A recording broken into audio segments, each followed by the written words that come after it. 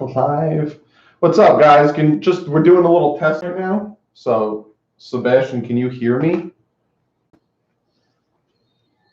Let's see if they can hear me. Can you guys hear me? All the people in here hanging out. Oh, they can hear me. There you go. So it works. So they're good? Yeah, you guys can hear TD too, right? Yo, what's up? All right, cool. I might move the camera like at a better angle. So I can focus on you. So basically I can't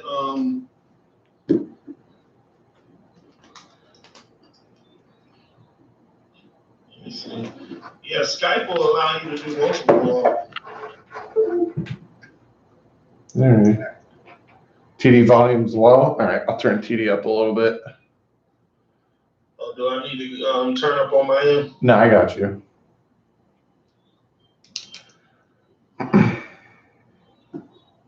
$31 in here, 5 thumbs up. Me and T got a bunch of things to talk about. We're going to talk about camp. So we got Sebastian in here. We got Gavin in here. I lost TD for a second. We got Red in here.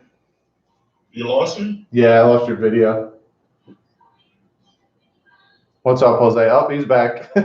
Sebastian, you were first. Aiden. What's up, Zane? All right, guys, what's up? I tried to do it a different way, where I was running it through OBS, and it just wasn't working properly. So we're doing it this way. It's a little half-assed, but what can you do? What's up, True Fin fan? I might move it closer so you can see TD a little bit better.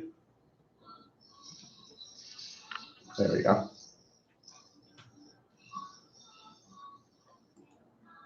Somebody wanted me to tell you. Davin said, tell TD I can never donate to him. He doesn't see my comments. Please help. I read almost every comment. Oh, man. I read almost every single comment. How many we got in here? We got 38 in here right now. I'm so happy you listened to my tweet and collaborated today. Yeah, me and TD always try to collaborate. Hey, do me a favor, Doug. Send me the link to this stream so I can have my people hop on your channel. Alrighty. It should be here. Let me pull this up.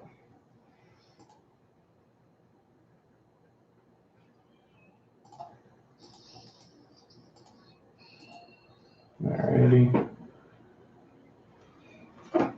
Do it this way. Send it to me via text. Yeah, I'm going to. I'm just moving the camera so they can see me as much as they can see you. There we go. Matt says, what's up to us? What's up, Matt? Don't ever tell that Bill Parcells is a football guy when it comes to Miami Dolphins football. Yeah, Richard, I read your comment. You're very upset with me on that one. Gotta admit, though, when he was our football czar, we did go to the playoffs. What's up, Angel Roadrunner? What's up, my dude?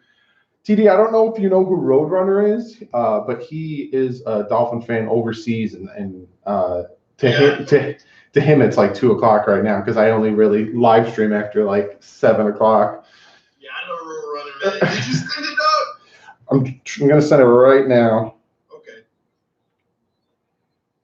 Let me get on this. I'll send it through Twitter.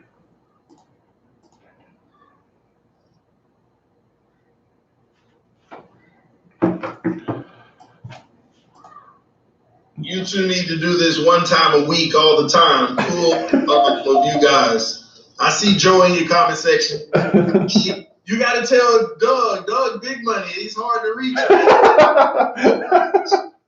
I'm not big money. Oh, what's up, Chief Bubba? Oh my God, big money. Hold on 1 second, Doug. No problem. All right, what's up, the dude? Your Doug, you heard we signed the THR. No, I don't know who that is. Let's see. Dark Shadows, Amazon Prime. This. How is Dark Shadows? I tried watching that. Shake Money, $2 donation. Thank you so much, dude. Tell TD Fins up. Well, there you go. I see you, Shake. I see you. Hey, I'm sorry I'm not streaming on my channel. I'm gonna post the link for everybody soon to come over if they're not on this stream already. There you go. I sent it on Twitter message. Oh, well, let me find that. Thanks for the shout out again, Doug. No problem, Roadrunner. Copy that. Everyone hit that like button. This is Epic, TD, and Doug. 59 in the chat. I should tell people that I'm live right now. I didn't really tell anybody I'm live right now. I'm tripping, Doug. The whole time I didn't need for you to actually send it. I could have just went to the All right, let me copy this. All right, let me go to my channel and send it out. Give me a second, bro. No problem.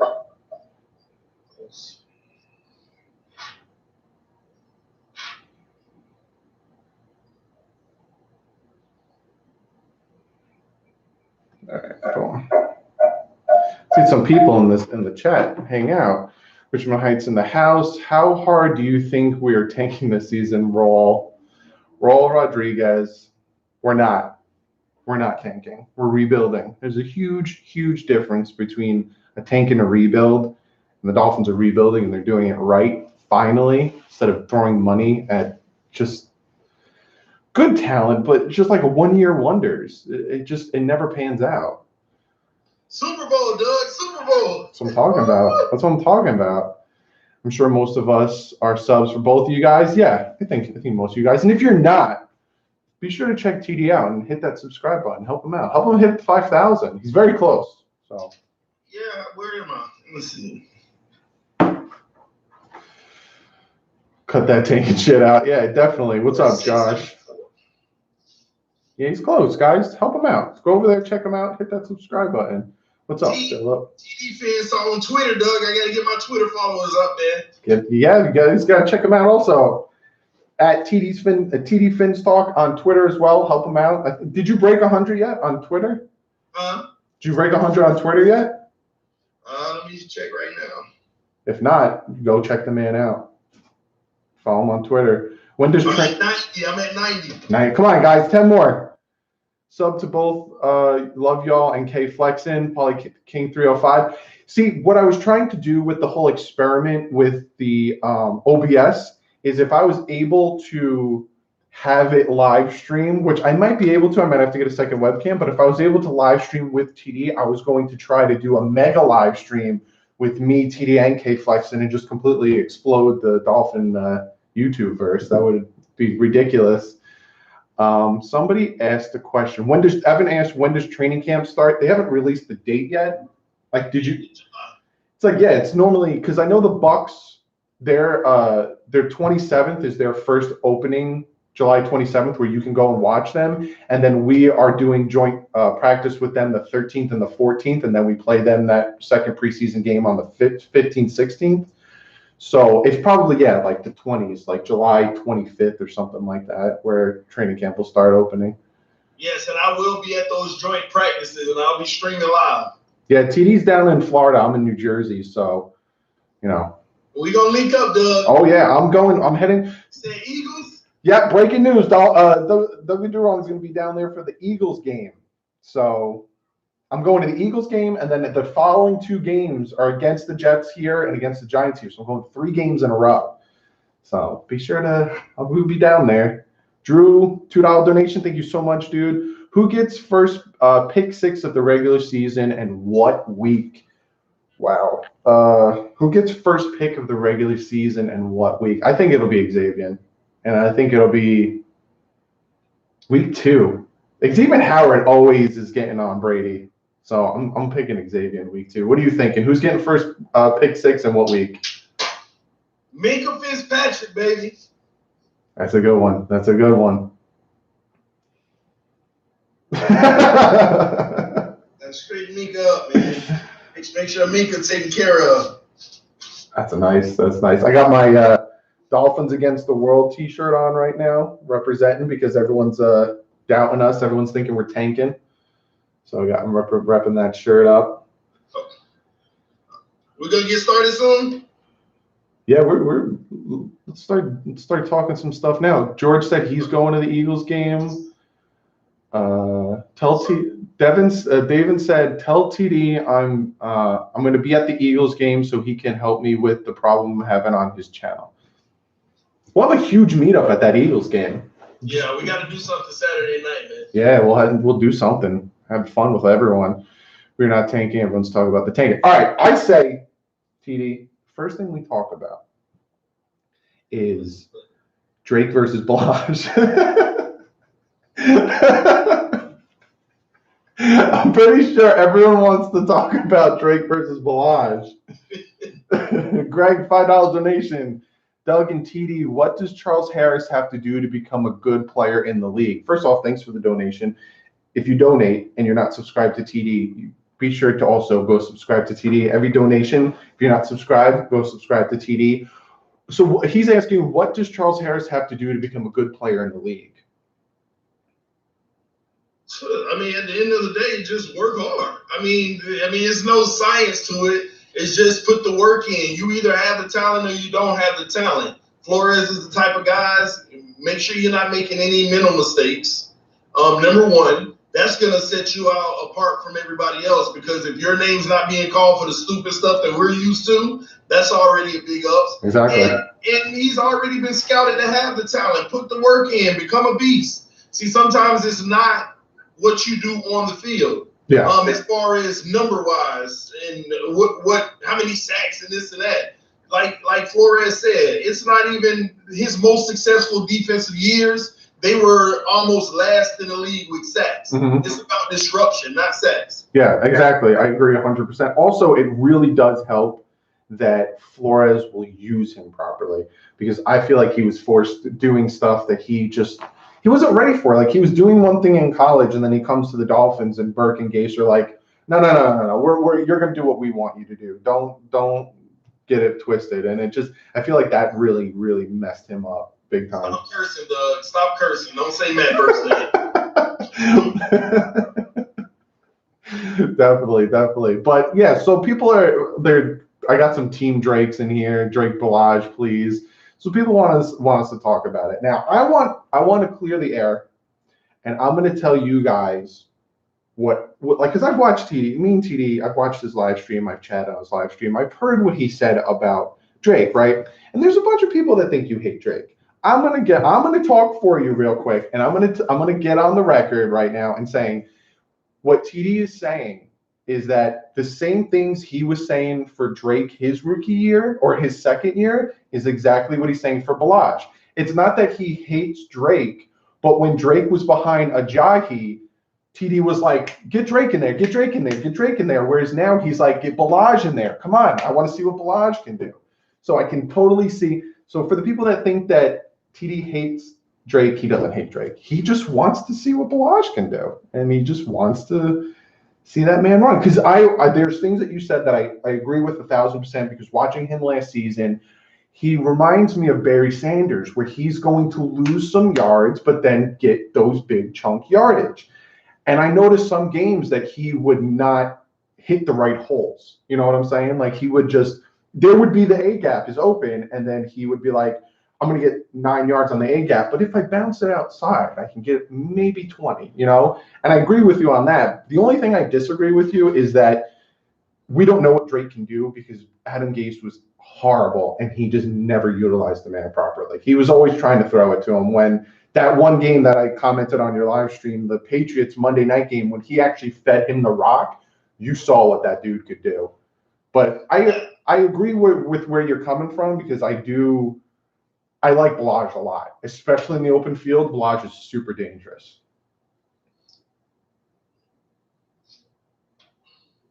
Hello? Yeah, can you hear me?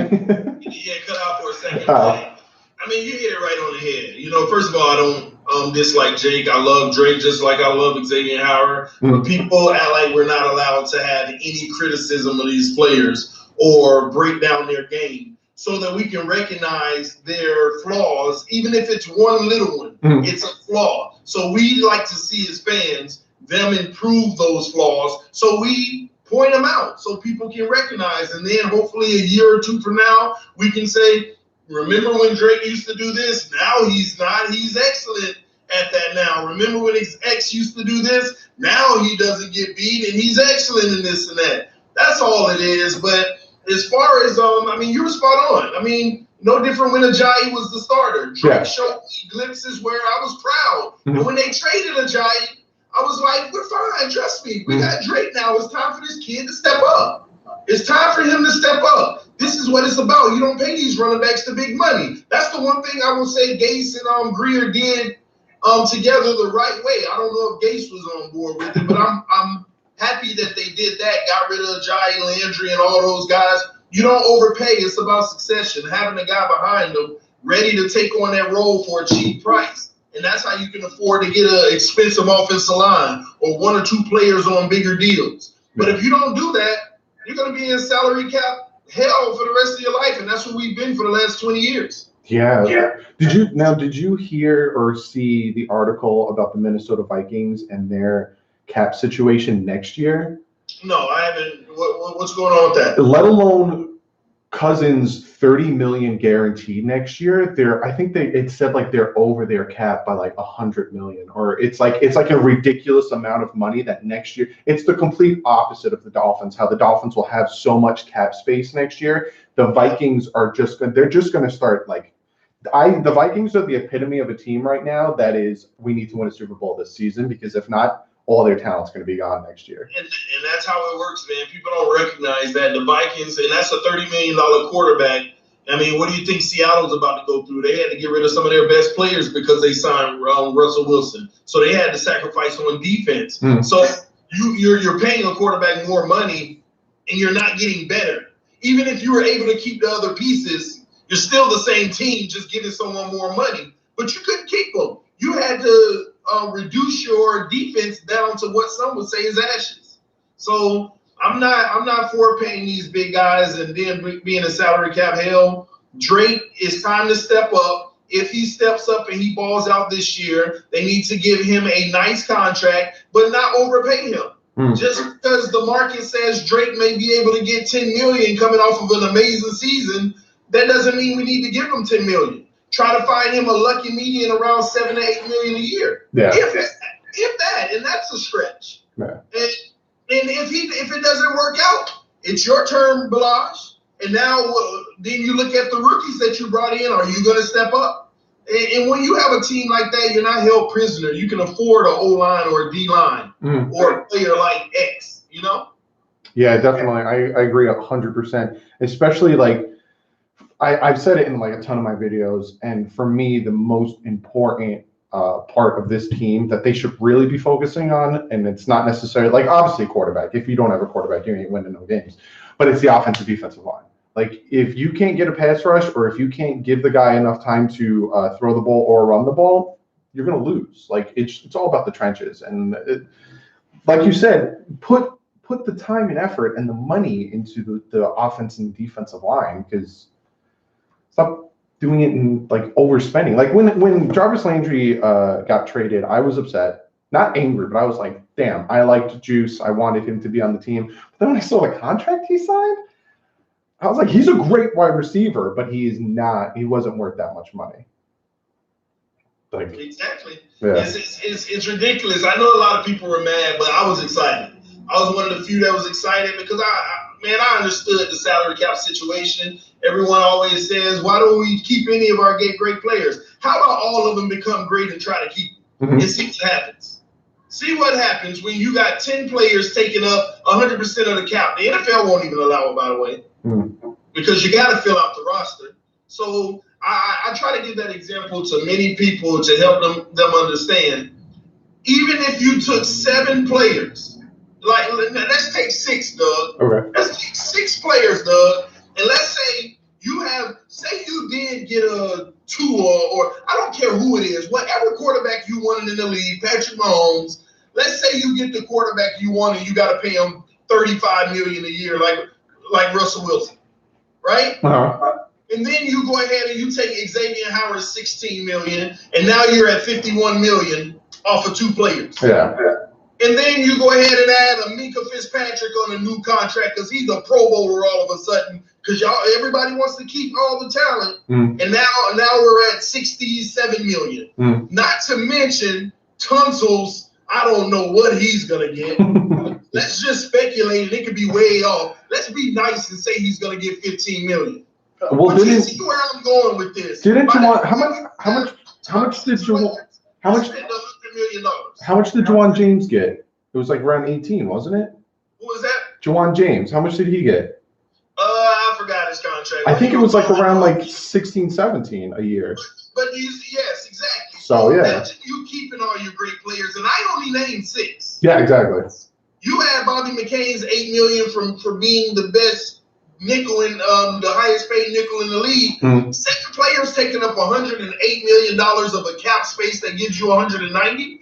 So you mean to tell me you're cool with going into the other 45 players only having what $85 million? Yeah. Less than that, $82 million. That's an average of $1.5 million per player. 1.5 million, Doug, for 45 players on the rest of your roster. 1.5 million per player. What kind of team do you think you're gonna have? You can't keep Kenny Stills. You can't keep what's his name? Who tore his ACL? The receiver. Albert Wilson or Jakeem Grant? You can't keep his 11 million. You can't keep even the guys in the middle of the road making 3 and 4 million. You can't keep them. Like, what kind of roster are you going to have if you sign, we need to start signing our talent. Why do we let it go? Okay, go ahead and sign it all and see how bad we suck. Yeah. So you're more in like the mindset and like the thought process of like what because I agree with you. Like if you look at some of these Super Bowl winning teams, they have stars on them, but it's not filled with stars. But like, what would you do? So what would you do with the talent that deserves it? Like you would just are you the type of guy who's just constantly farming talent? You know, like you're constantly drafting talent. Then when it gets to the point, you're letting it go. There's a blueprint for it, Doug. The New England Patriots. Yeah. There's a blueprint for it. Like I use the same example over and over. They went out and traded for their left tackle that went and helped them get to a Super Bowl this year. They went and traded for a left tackle who was on a contract year. This offseason, you would think, since this left tackle was an all-pro, you would think the Patriots are like, okay, we traded for you, we gave up an asset for you. Now free agency comes, it's time for us to give you your big deal so you stay. And Belichick says, no, we only traded for you because all we had to spend was a draft pick to get you. So we got you. You helped us win a Super Bowl. I had already drafted your replacement the year before. I just wanted him to sit behind you and learn even more and get even better. Yeah. He's going to play in your position next year. Go get your money. Peace. Like, come on. The blueprint is right in front of us. What you're supposed to do is, instead of finding the $15 million guys, you can go get 2 $8 million guys, and this is what people don't realize. The $15 million guy in many positions is your Pro Bowler. Okay. Do you know that the $8 million guy isn't that far off from the $15 million guy? He's not the $15 million guy. But the $8 million guy isn't that far off. Yeah. It's when you get to the 2s, 3s, 4s, and $5 million, like let's hypothetically say quarterback position. It's when you get down there where it's not good. But an $8 million corner, you're getting a really good corner. He's not a Pro Bowler because he's not the top 4 corner in the league, but he's top 10. But look at the cap space that you save by having a roster full of 7 to 8 rated players out of 10. Look at the cap. You can afford more 7 to 8 players. Yeah. So instead of those 7 players making max dollars, you can get about 18 players for that same money. All good quality. Don't have to be superstar, but great quality players. And that's what the Patriots do every year. And since they save money that way, they're able to say to their cornerback, we're going to give you a little extra. And it ain't buku extra, but we're going to give you a little extra.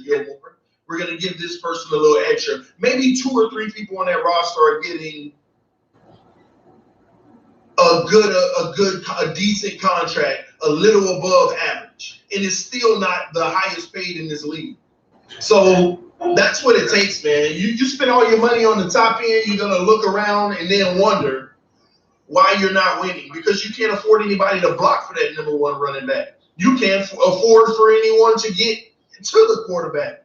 It's what we've been doing for a long time. When we had Pouncey, we had Tank Hill on $19 million. Now, do you think that, like, it depends on the coaching as well? Because if you look at the Patriots, if we're going to use the Patriots as an example, which is a good example, because if you notice, they have, like, they'll do this a lot, right? They'll have, like, Tom Brady, which is a star. They'll bring in, like, a Randy Moss, or they'll bring in a Harrison back in, like, the 2000s when they won the Super Bowl. They'll bring in big guys, but it's like one or two big guys. Like you know, they traded for a Wes Welker because they saw the potential they had there.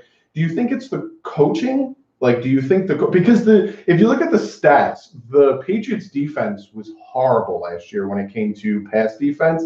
I think they were ranked like 30th. Like, they were bad.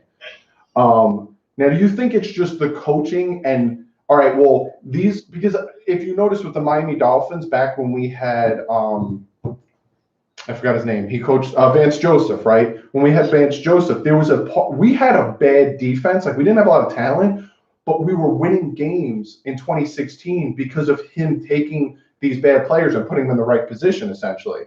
Do you think that that's what the Patriots are doing? It's not necessarily like they have, like. Well, they didn't have a bad defense. See, when you look at a team and you say the 30th defense in the league, that tells you one story. Mm-hmm. You know, logic would tell you, okay, they have a trash defense. They suck.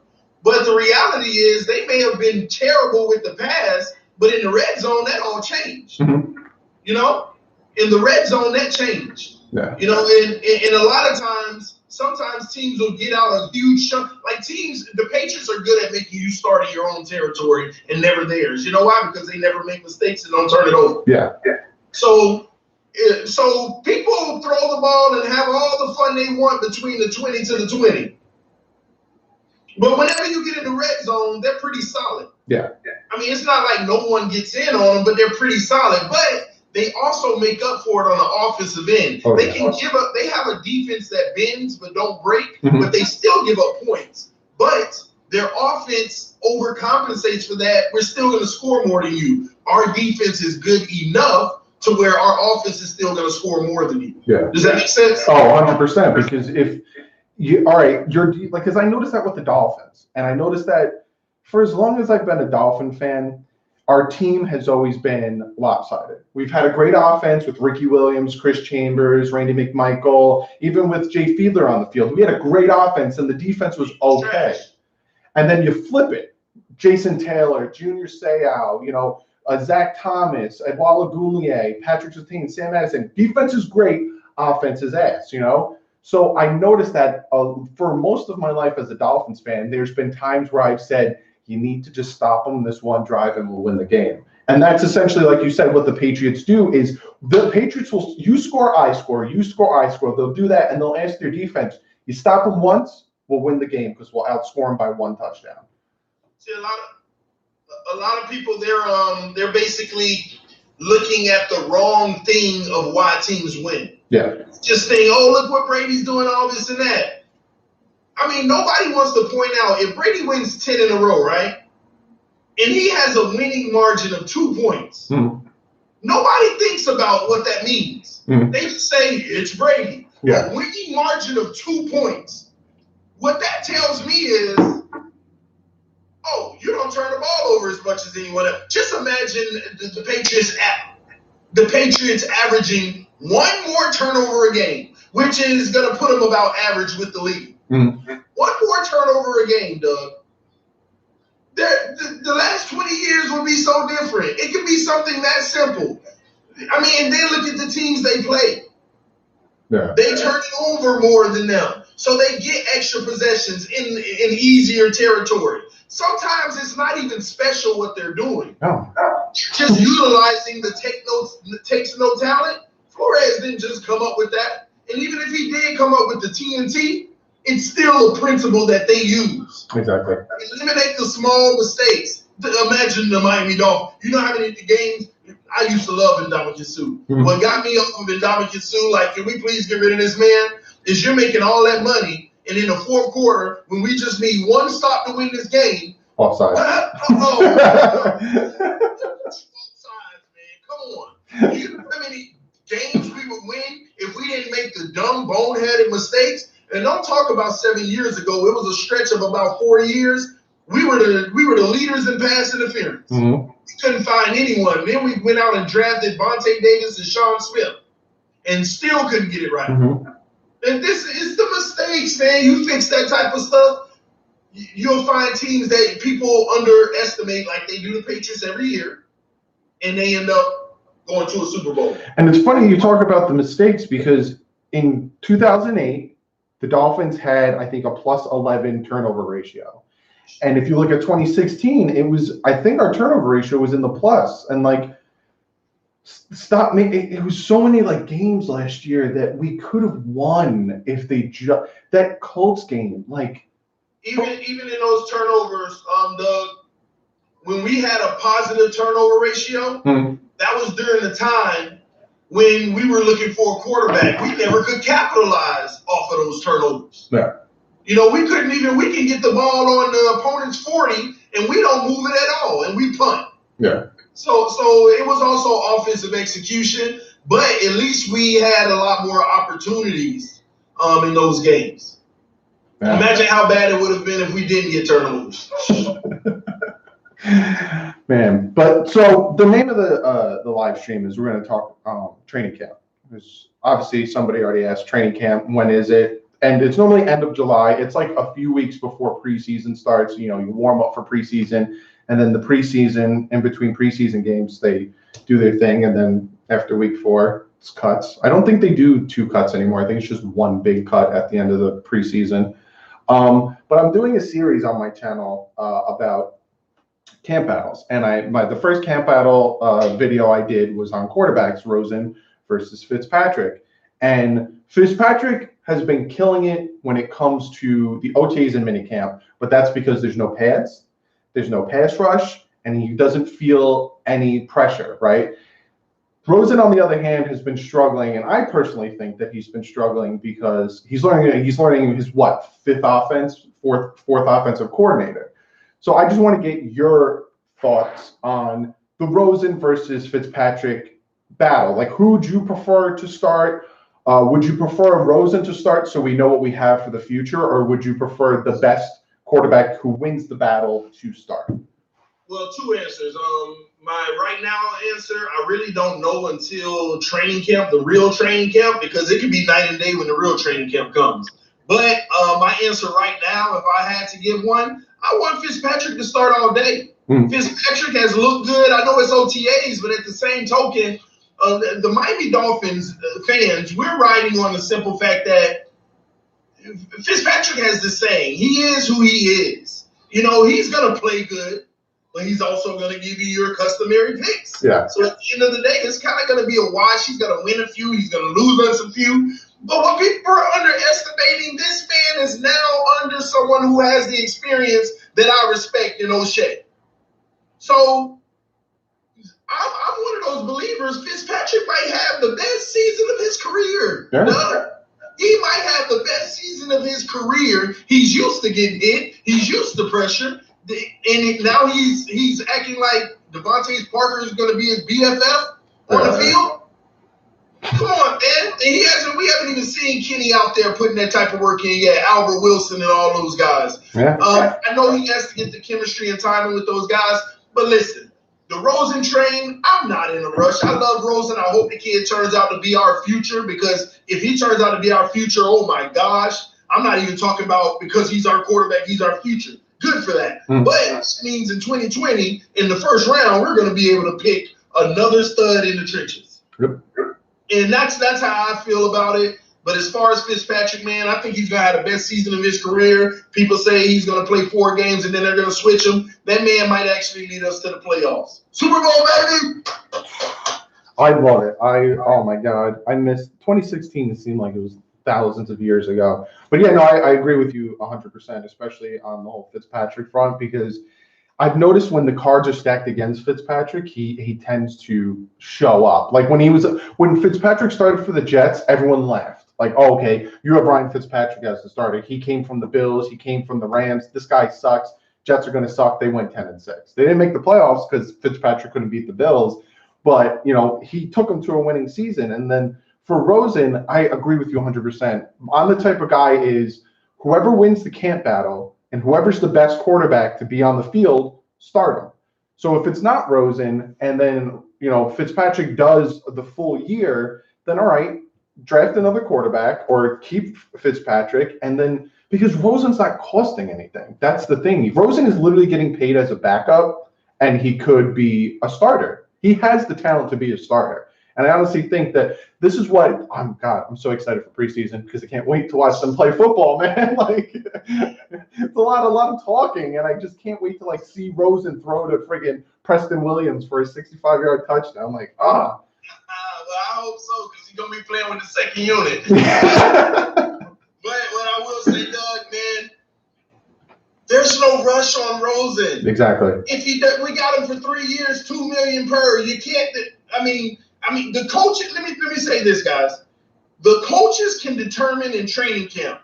Let's say Fitzpatrick looks better than he's ever looked before. And on a scale of 1 to 10, Fitzpatrick's like 8.5 and out there, sometimes 9. That's, oh my gosh, that would be awesome. Yeah. But say they see Rosen looks like an 8, and he can get the job done. But many people keep saying, oh, didn't you start Rosen? No. You start Fitzpatrick, and you play Fitzpatrick. You know what you have in Rosen. And if Fitzpatrick is playing better, it is what it is. Rosen is a young kid who can have 15 to 20 years in this league if he wants to. So with that being said, why are we rushing? Get everything you can. I don't care if Rosen I don't care if Rosen is playing amazing football. I don't care if Rosen is playing 9-level football. If Fitzpatrick is playing 9.1, use every cent out of Rosen that you can get and let Rosen sit there. You know why, Doug?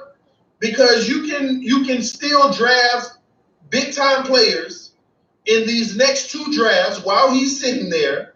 And not only that, now he's up for a contract restructure, and you pay this man a middle-of-the-road contract because other teams don't know about him. If he hits free agency, he's not going to get $30 million. He might be lucky to get 16 a year from us if we do that. If all of it hinges on Fitzpatrick playing well. But if you can get a Rosen for a 5-year deal, 16 to 20 million a year, and you've escaped the $30-35 million market, because you had a quarterback doing just as good the entire time, why wouldn't you do it? I mean, there's no rush. People need to stop being in a rush and think about the team and not just the player you want to see. What's best for the team? You can get 2 good first-round trench draft picks for the next 2 years and then have Rosen take over 2 years from now and be that guy if the coaches see that he is that guy.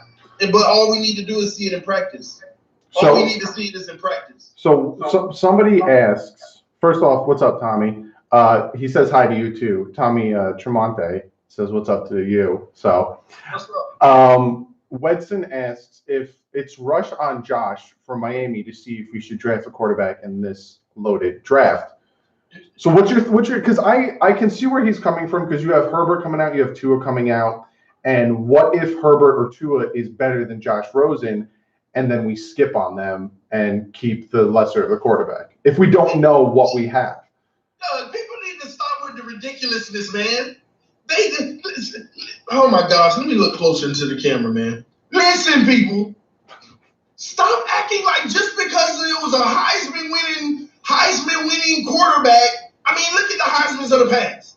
Stop acting like just because it's a Heisman winning quarterback or it was a great college quarterback, they're gonna come in the NFL good. Stop. Let these coaches do their job. Does this quarterback got good hands? Do they have good feet? Do they have good eyes? You don't go off a celebrity contest of the mainstream media telling you this kid is the future. You don't go off of that crap. I mean, it's killing us. People are falling in love with this Tua Herbert. Herbert might come out this year and have a terrible college year. I doubt it, but I'm just saying you don't know. Yeah. I'm tired of Doug, do these quarterbacks that are top of the draft class, are they not coming from a top 5 college team in college football? Do they not have all 5-star rated offensive linemen blocking for them? Yeah. Go look at all of their college film. 1 Mississippi, 2 Mississippi, 3 Mississippi, all the way to 6 Mississippi. Then when they throw the ball, they're throwing to a wide open receiver. And they're putting up astronomical numbers, and we're amazed when we haven't even seen them in pressure yet.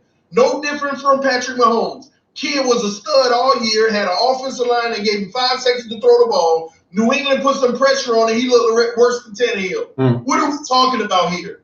No, come on, man. We got to stop looking at these names. And it's funny that you bring that up because Tua is the guy that's getting in next year's draft. That's like #1, this, and that. And I just want to fluff up my Dolphins a little bit more because last time Tua had a problem with the defensive line, it was defensive tackle Christian Wilkins that was getting after Tua. True. Now on the Dolphins, which I just wanted to point that out because. Wait, am I wrong? Did Tua just play the national championship? They lost, yeah. Did they want to put the other quarterback in during the game? I don't know. Did they? Yes. Oh. Yes, during the national championship game, if I'm not mistaken, he actually sat out a series. Oh, damn. He was looking terrible. See, people want to just go off of his hype and what the mainstream media, Tua. Look at the biggest stage. Now you're playing against other 5-star players in Clemson. Yeah. You see what I'm saying here? Yeah. Now you're going against when you're in a conference where 8 out of the 10 teams, or maybe 12, 8 out of the 12 teams, they're not great. Yeah. 4 juggernauts. And you probably only play 2 of them a year because they're in the opposite conference. Yeah. Side of your conference. So you play Clemson, and now you're playing against quality talent like your team, and you don't look good at all. Yeah. But people want to tank for Tua and fall in love with. I'm not saying the kid won't come in and not be better than Brady. We don't know, but please, can people start acting like we don't know and stop saying that that's just what you want? Yeah. I agree. Because I see where you're coming from, and I also see where the fans are coming from because there's been so many times where we had a quarterback and we just passed on other ones because we thought, we got something here. Like Aaron Rodgers, passed on Aaron Rodgers because we already had a quarterback here, And I could see where the fans are coming from, that we're stop passing up on these quarterbacks that are going to turn the franchise around. I don't see where they're coming from, Doug. You see how they're saying stop passing up on the quarterbacks now? Remember the last 20 years we kept saying stop pass up on the quarterbacks, and then we start getting them, Doug. Mm-hmm. We start getting them. We went through 20 quarterbacks in 20 years, Doug. We start getting them. Those quarterbacks, how many first-round quarterbacks did we take in the past? Yeah, but even though some of them weren't first-round quarterbacks, some of them were revered as high draft picks. And we don't even have to talk about the Dolphins. Mm-hmm. Do we want to go down the list for the last 10 years of the first-round quarterbacks and see how many of them are still in the league? Do you see what I'm saying? Yeah. It's literally like a 15% chance you're going to land your guy. Yeah. Especially, it seems like lately, like the past 3-4 years, have been producing decent, actually pretty good first-round quarterbacks with, Trubisky, Mahomes. But Doug, I would disagree with that too, though. Mm-hmm. We want to say after Mahomes has one miraculous season, and I give it to him, it was miraculous. Mm-hmm. Once again, Doug, why do all these quarterbacks? Did we not say Cam Newton was going to be the next biggest thing? Yeah. Did we not say RG3 was going to be the next biggest thing? Did we not say that Kaepernick was going to be the next biggest thing? All of these guys, Andrew Luck and all of these guys, and what ended up happening? As soon as they got off their rookie deal and they got big money and the team couldn't afford all the talent around them and all the protection, is Cam Newton the same as he was when he was on his rookie contract right now? Isn't he injured right now too? But part of that too. Mm-hmm. You see, is RG3 even in the league? Yeah, he's on the Ravens. He's back up to Jackson. Yeah. I didn't even know that. You see what I'm saying? Yeah. ain't even in the league. And even before the politics of it, he wasn't playing great the last year before he left. Yeah. But so at the end of the day, man, as soon as these quote unquote great quarterbacks get their money, how are you going to look when the team can't give you a great offensive line because you're taking that money? How are you going to look then? And people want to ignore that, but the history shows us. Look at all the quarterbacks that's been through it. History is right in front of us showing us. Soon as Russell Wilson, great quarterback. I like Russell Wilson. Super Bowl winning quarterback, but he did it on his rookie contract. What has he done since he got off that rookie contract? When the team could no longer afford the Legion of Boom. And now it's about to be worse. Now we're talking about a great quarterback. You think Patrick Mahomes are gonna put up 5,050 in 2 years when he gets his money? Whoever tells me that, you're delusional, in my opinion. Come on, man.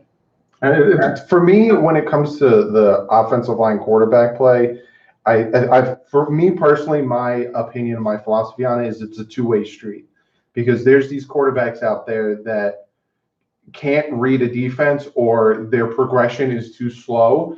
Because obviously the offensive line is going to hold the defensive line for a certain amount of time, but as a quarterback, once you hit 3 in your head, you should either start running or get rid of the ball, because if not, you're going to get sacked. And I noticed that, I don't want to bring his name up because it's a sore subject for certain people, but I noticed that with Ryan Tannehill, he would stare down his receivers and he'd get concrete feet, as I like to call it, where he would get to 3 and he would still stand there. Like if you know your offensive line isn't great, and I think that's why that this is where we have a difference of opinion is with the whole Patrick Mahomes situation, because I think he has the mobility and the ability to throw on the run, that if his offensive line was because his offensive line is really good. Last year's offensive line was really good. There's no getting around that.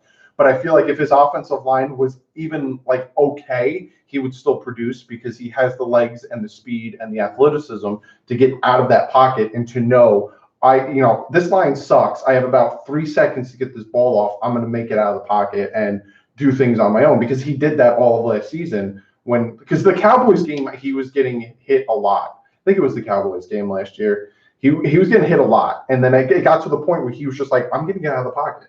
And I'm going to be throwing on the run because I can't keep taking this hits. Yeah, but Doug, when it comes to Patrick Mahomes, again, like you said, if he had a decent line, you believe he'll still be able to do what he did. The only point that I'm making here is you don't even know that. Yeah. Because he don't have it yet. Yeah. I'm not going to dawn him anything until I see him in a situation that most quarterbacks are in and don't have a great offensive line. They just have a okay or mediocre or worse offensive line.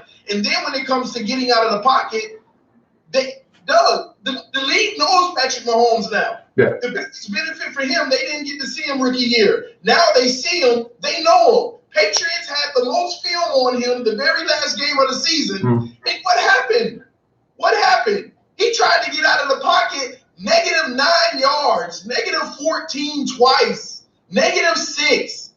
He was getting sacked. He was throwing off his back leg in 2 passes, not 3, because one of them I put on him. 2 passes were literally intercepted and dropped. Throwing off his back leg, trying to escape out of the pocket. See, that's why I'm excited about the Dolphins defense. When you got these defensive linemen, you got 6 guys standing up and only one of them down. You don't know where it's coming from.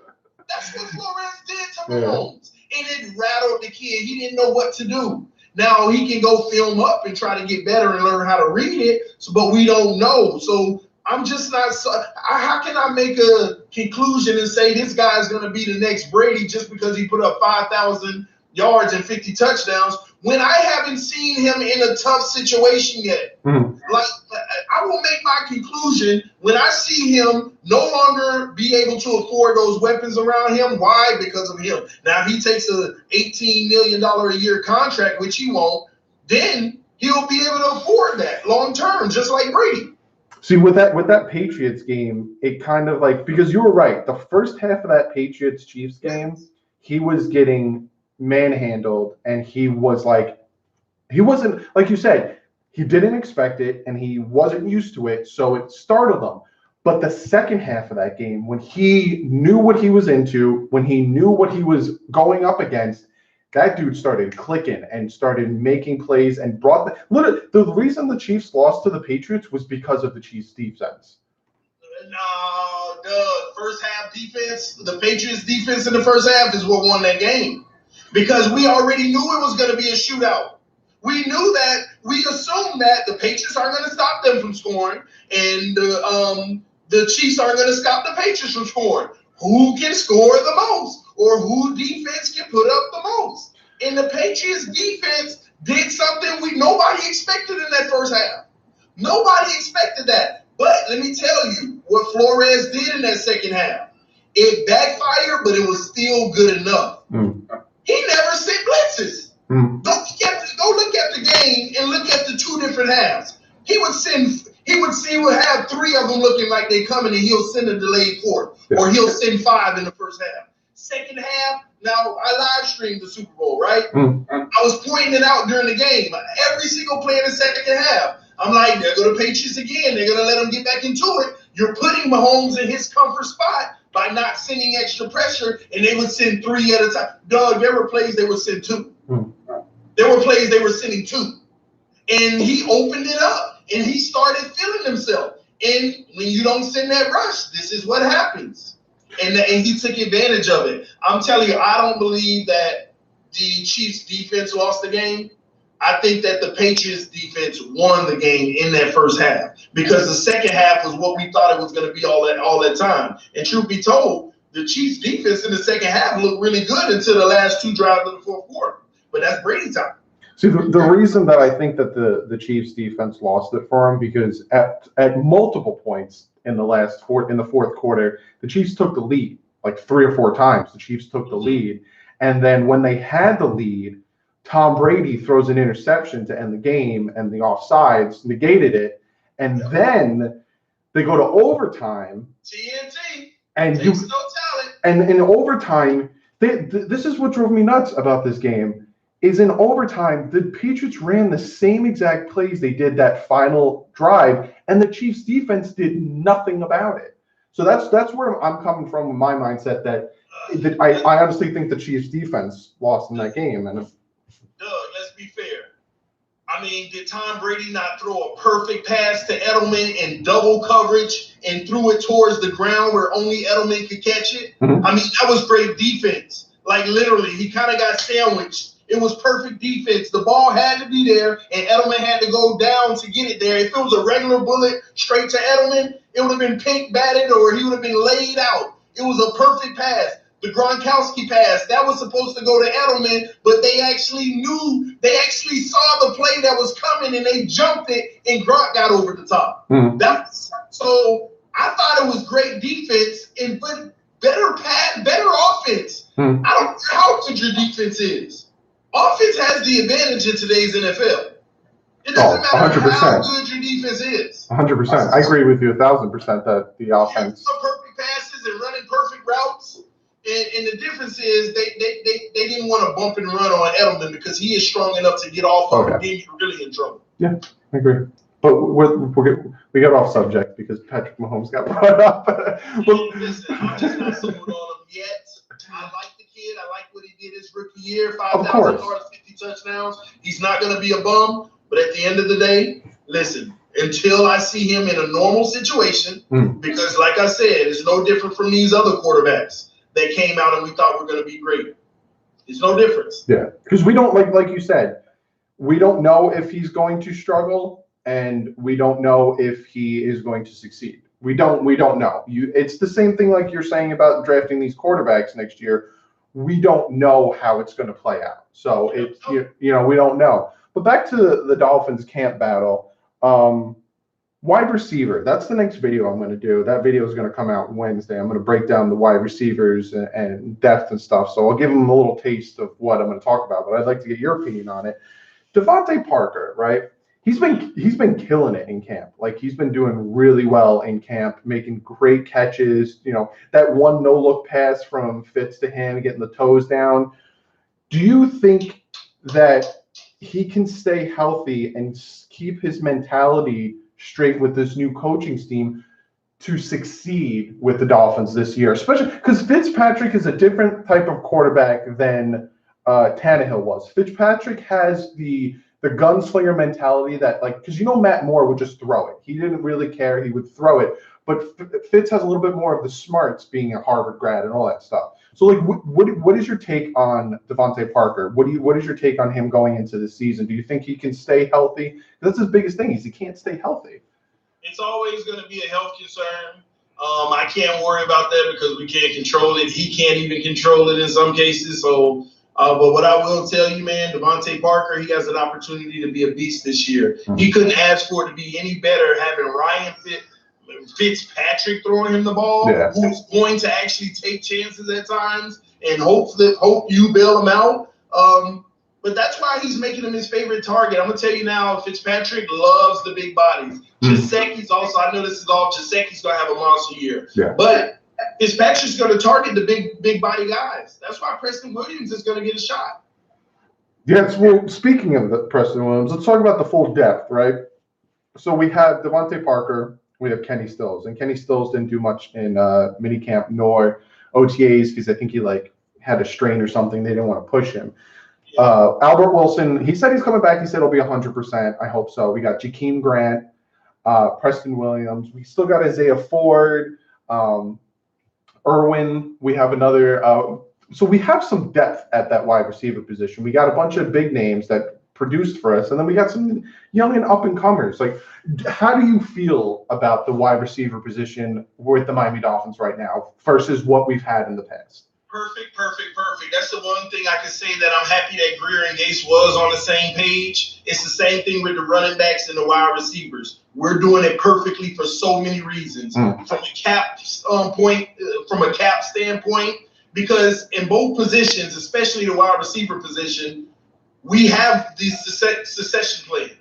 We have the plan for, if we don't want to spend $11 million on Kenny Stills, all right, we go ahead and get a third or fourth rounder for him. And now it's time for Albert Wilson or Jakeem Grant or Preston Williams or Devontae Parker to step up and take that role. And we'll keep on drafting the future. That's how you support in impact positions now. To be successful, you have to just draft succession and skilled players. And we're healthy at the position. No superstars, but as healthy as can be. Yeah. And so, listen, people can argue with me all they want about this, but look at the Browns receiving core. Second to none, some would argue, right? Yeah. They can be second to none all they want. But the Miami Dolphins receiving core, if Devontae Parker is healthy, if he's emerging, being that guy, Kenny Stills is going to be who Kenny Stills is. And you just pick whoever you want coming out of the slot, out of the rest of those guys. I don't care what no one says. Yes, the Brown has a better receiving core, but at the end of the day, it's not that far off. People think Odell Beckham, because he can catch one-handed passes, it's everything. You have to understand, these guys are designed to be in the slot, and they're the check-down guy all the time. They're going to have 100 and something receptions a year. Yeah. They're special now. Don't get me wrong. They're special talents. But receivers and running backs, it's not that far off these days, as people think. It ain't like the Megatrons and the Randy Mosses and the other paths. It's just not. Yeah. John Harsh just said, you guys can ask questions, and we'll answer your questions. So if you guys want to start asking questions, feel free to do that. John Harsh said, I've heard one of the sports channels that we have the worst receiving core on paper. What? And you literally just touched upon that, where we don't have Brandon Marshall. We don't have even Brian Hartline. I think he's one of my favorite Dolphins. We don't have these big name Randy Moss, wide receivers, but we have guys that produce. Like Albert Wilson, I will stick to this till my dying day, that if Albert Wilson did not get hurt, he would have had at least 1,000-yard receiving year, because he was killing it before he got hurt. I agree with that, Doug. And you know what else? The receiving core, man. People have to realize with our receiving core, we don't have big name Pro Bowlers, but watch this, Doug. Tell me what receiver on the Patriots. I'm not saying tight end. Tell me what receiver last year on the Patriots was a big name. Watch this. I already know what you're going to say. Pretty much the only person I can think of is Edelman. But guess what? Nobody wanted to say he was a big name until last year. Yep. Because the Patriots always had these guys. And they were always winning Super Bowls. Because they were just like our receiving core. Don't have the name recognition, but they're good. They're really good. But they don't have the name recognition. Edelman had to get his name recognition after so many years and so many Super Bowls. Are you kidding me? Yeah. Now, so that's why I don't care about the big names. Patriots don't have any big names. To me, it all like I agree 100% because to me there's that like chicken and the egg scenario when it comes to quarterbacks, wide receivers. Like a lot of people want to say, did Jerry Rice make Joe Montana or did Joe Montana make Jerry Rice? And it's like this with Tom Brady. It's Tom Brady makes his receivers. It just is what it is. The dude, he took Chris Hogan, who went from the Dolphins to the Bills to the Patriots, and just got that good dude a Super Bowl ring. Like he like constantly just makes his receivers better. No, I mean it can go two ways. Mm-hmm. His receivers have been making him better. I mean, did Matt Castle not make his receivers better when Brady tore his ACL or whatever it was? But then you can also take that and say it's a system thing. Because when Mac... I'm more about that. Okay. Okay.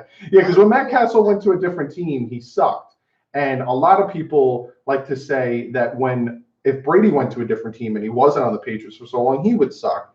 And I tend to want to agree with that because he has, like, I don't know. It's just... That's the point, Doug. Mm-hmm. Everybody want to talk about what they don't know.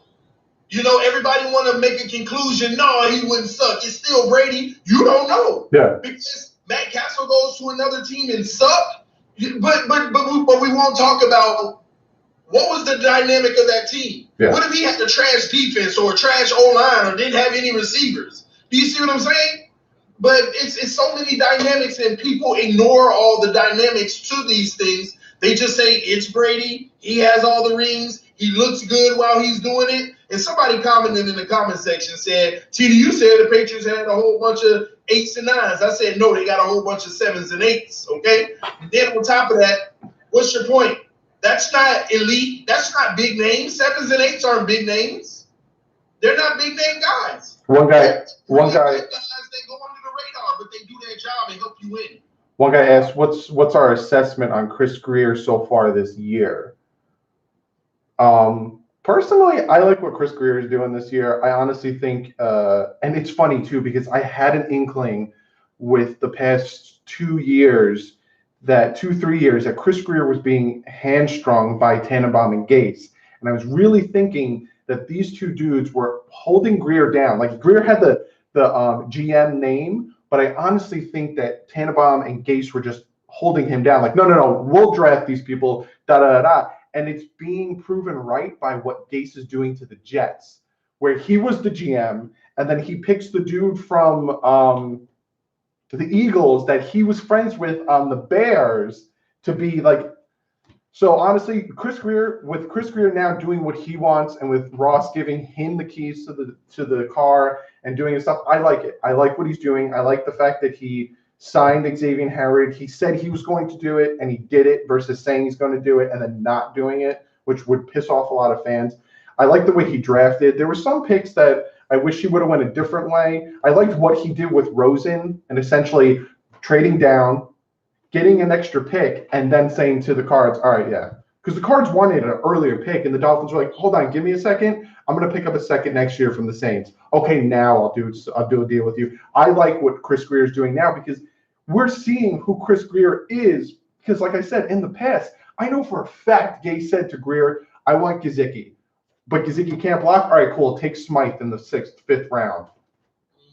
Like, and now you're seeing Gesicki, you're seeing Grier be Grier, and he's doing well. I honestly think he's doing really well. I love Grier.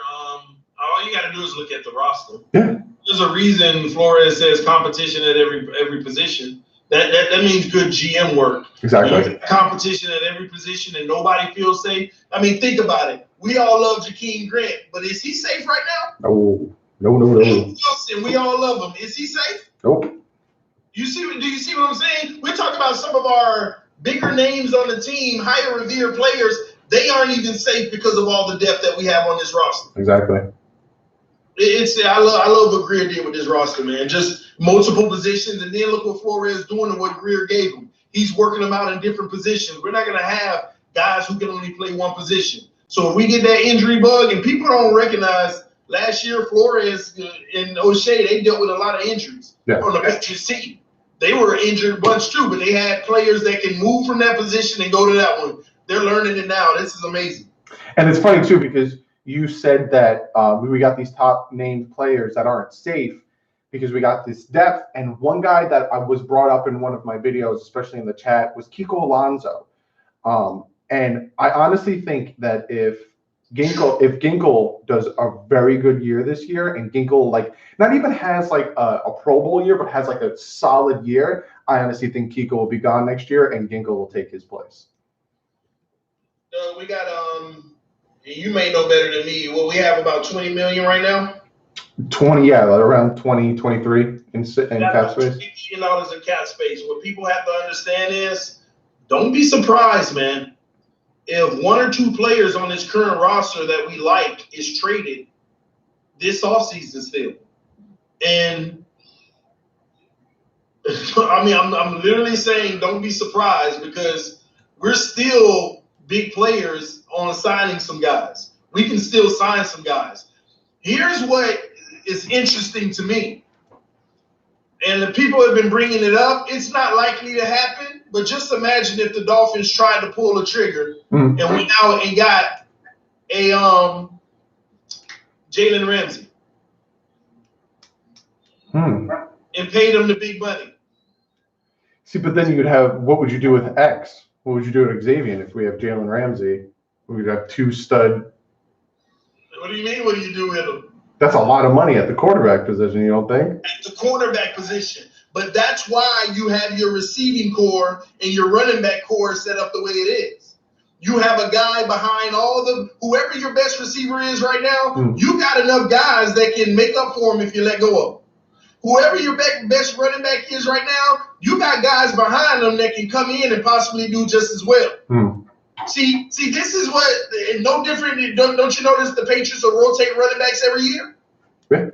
It's like they'll keep guys no more than 3 years, but it's always a new one coming in, and then they move up on the depth chart the second year, and then they end up being the starter. Then they're gone, and do you notice that? Yeah. Because constantly only pay guys $1 or $2 million at that position because they have them on young contracts.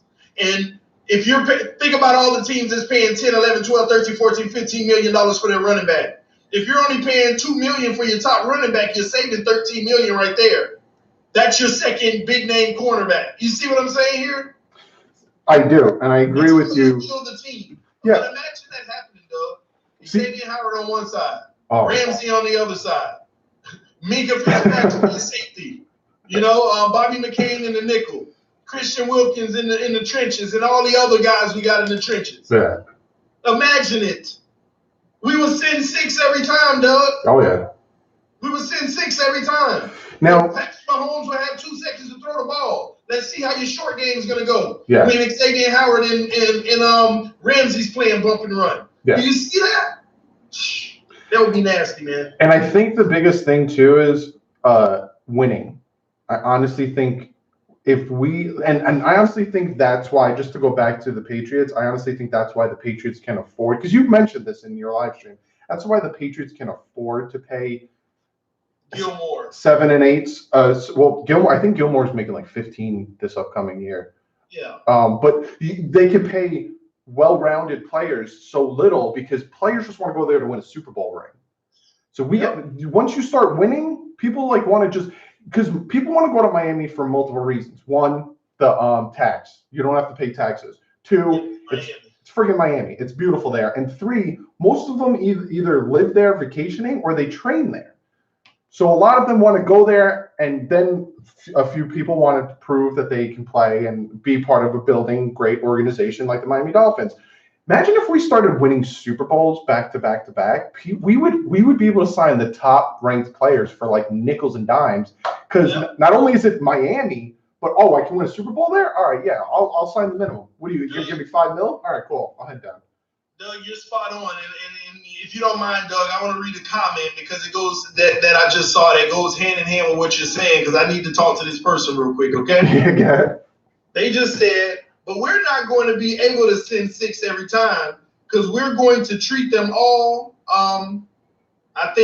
treat them all off as soon as their contract comes up, according to TD's math. This is what I'm saying, Doug. People don't pay attention to the words that are being said. They just hear what they don't want to hear, and that's all they hear, and they lock that in, and they disagree with everything else you say. Yes, you're right. We're going to let them go as soon as their contract comes up. As soon as their big contract comes up, we're going to let them go. If the Dolphins are smart, they will go ahead and start trying to draft Xavier Howard's replacement now before his next deal, or year number 4 when he don't have guaranteed money. It's not about falling in love with the player if you want to be a successful team. I like X. X got his deal. He basically has about 3 years guaranteed the way the numbers look.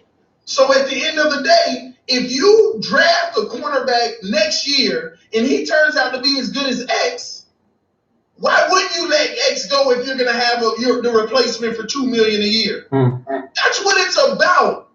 Yes, you're going to let him go eventually because you want to bring in the succession plan for a cheap dollar. You can't continue paying X this 5 years, the next 5 years if he's still that good, because if everybody's good, you just can't do it. You have to, the name of the game is young talent who turns into Pro Bowlers. Now, I got a question for you, just so we can clarify your philosophy on that. So you're not against paying people what they're worth. You're just against paying or having a team filled with overspending contracts. Yes, but here's the tricky part to it that most people don't realize, Doug. What's the definition of an overspending contract? Because normally, let me give you an example. Normally, a quarterback is supposed to get about 9% of the salary cap. That was the largest on the team for many years, about 9% of the salary cap. Yeah. When the salary cap was $132 million, they were getting to 13 and 14s. Remember the Ben Roethlisbergers of the world, those mid-level deals? Yeah. Before the Tannehill era, before the Andrew Luck era and Cam Newton. Y'all remember 9% of the salary cap. But now, so 9% of the salary cap, every single position, you were able to say this position is supposed to be this percent of the salary cap. That position is that's what you're supposed to do to get your books in order. Yeah. But now people have got so desperate to keep their superstar. Now what fans need to realize, the team ain't keeping the superstar to win. Yeah. They're keeping the superstar to sell tickets and be relevant. Yeah. Do you understand that? Some of the biggest names play on sorry teams, but they still make a lot of money because that guy sells jerseys and tickets.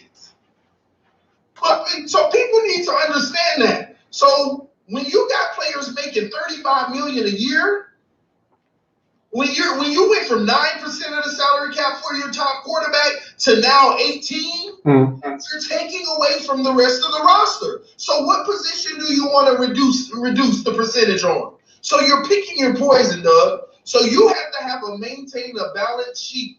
And that's what the Patriots do. That's why they don't fall in love with anyone. Remember the whole Garoppolo situation? Yeah. People forget Brady was up for his contract when that Garoppolo situation was going on. And then they traded him. Less money again? All right, bye, Garoppolo. They couldn't guarantee Brady was going to take less money. They were just making sure. You see what they did with Matt Castle? They were still able to be a successful franchise. Yeah. That's so people need to understand that, man. It's not about that. I'm not trying to not pay them. You just because of and look who's driving the market, Doug. It's usually the sorry teams that's picking up the biggest free agents because they're overpaying them. Am I wrong? No. It's the sorry teams. So as a great franchise, you're going to let a sorry team dictate how much a player is worth? That's where people's falling into it. Just because the new quarterback, say Jalen Ramsey got a contract this year and the Jags gave him $20 million a year. I could promise you now, Xavier Howard wasn't going to get 16 that he got. He would have got maybe 17 and a half somewhere on the open market if the Dolphins didn't get it. So we're letting sorry teams dictate how much we're supposed to pay these players. It's not good. You can't do that. See, for me, I see where you're coming from, and I see your mentality on it is because you'll start to lose certain players by overpaying or paying too many of these players. But for me, I honestly think that it all depends on and all revolves around winning. And like you said, like you and a lot of you guys in the chat, first off, Brandon asked, how does he become a moderator? And then I made him a moderator. That's how you become a moderator. You just ask me and I make you a moderator. But a lot of people are saying that like getting rid of talent, and it's not necessarily getting rid of talent. It's like I can see where you're coming from, but then it's also because Edward says so. Doug TD is saying when we get the value out of these players, get rid of them, draft one in their place, meaning that we'll keep rebuilding and rebuilding. Mm-hmm. But you see what Ron said? Can you hear me, Doug? Yeah, I can hear you. Patriots are paying Gilmore more than we are paying Howard. TD isn't seeing it, though. Do you see what I'm talking about? You see, he didn't pay attention to the reason why they're able to pay Gilmore more than we're paying Howard. I never said anything was wrong with what we paid Howard, especially with the way the contract is set up, because we don't have a top paid QB. Do you think we could have paid Howard that money if we had the top paid QB? If our young QB ended up being good and we paid him $30 million a year, and next thing you know, Minkah Fitzpatrick's up for his contract?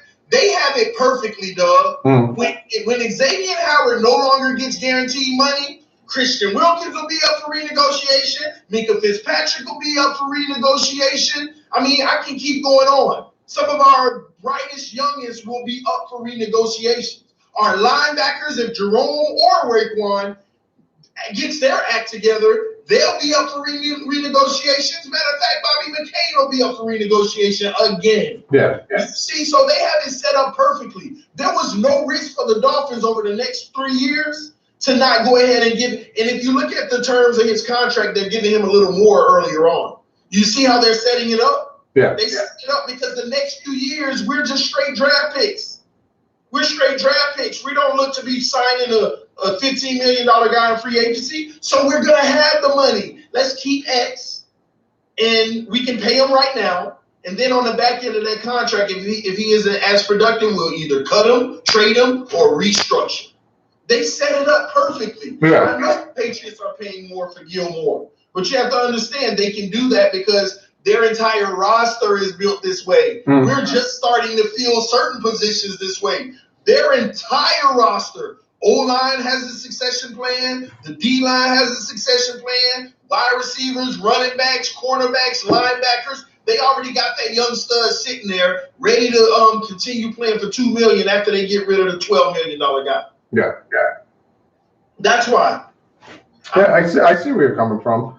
The difference, go ahead and pay everybody, though, and see what happens. Yeah. Nobody can answer me that. The people that disagree with me, I tell them, okay, if Minkah Fitzpatrick becomes the best safety, how much is he going to get? Let's add it up. Tunsil, how much is he going to get?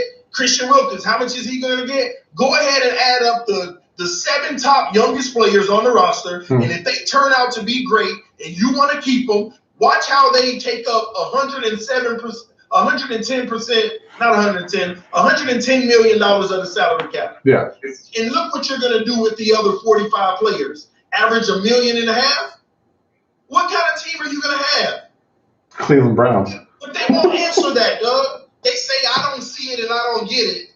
But they won't answer that question. Go ahead and pay everybody. Then you wonder why Laremy Tunsil goes out of the game and his replacement should be playing middle school football. Yeah. Do we have no depth? That's what it's all.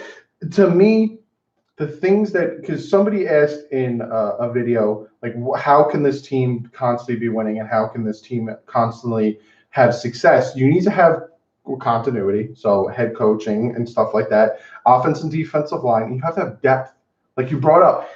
People are you're playing 16 games. By week 6, you're gonna lose a couple players. You have to have that depth, and like you said, when Tunsil goes down, we have a guy. Well, last year Tunsil went down. We took a right tackle, a right guard, and put him at left tackle, and we lost to the Bengals. Like you have to have that depth and that continuity. And I agree with you. Yeah, like for me, it's about overpaying because we've lost some talent. That's what I'm saying.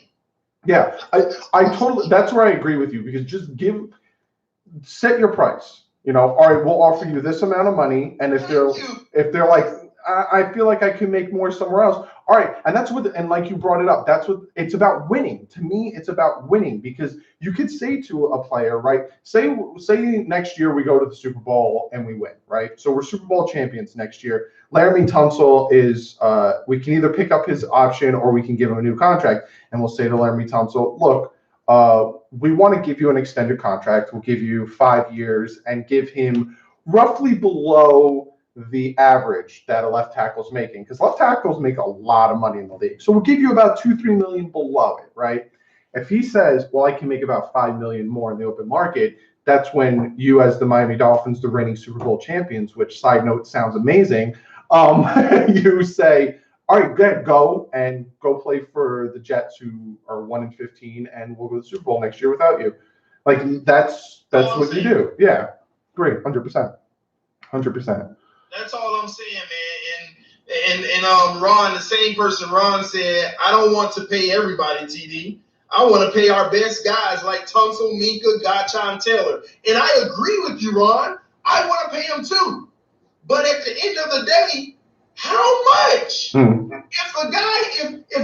If you're supposed to pay a guy 13 and the Browns want to give him 25, just imagine giving a running back. Just imagine